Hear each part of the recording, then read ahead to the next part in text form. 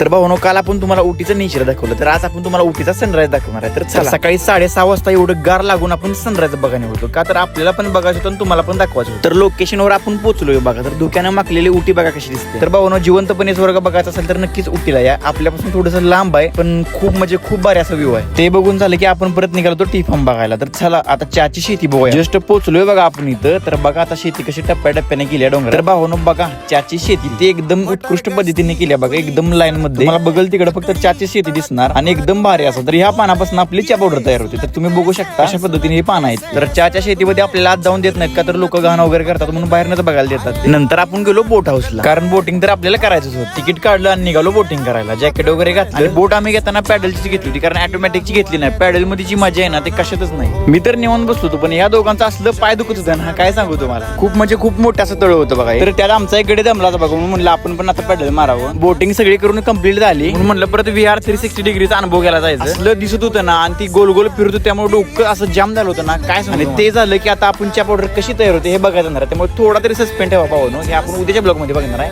तर व्हिडिओ जर आवडला असेल तर तुमच्या भावाला नक्की लाईक करा, जाता जाता नक्की फॉलो करा. भेटूया उद्याच्या ब्लॉग मध्ये. Okay, bye.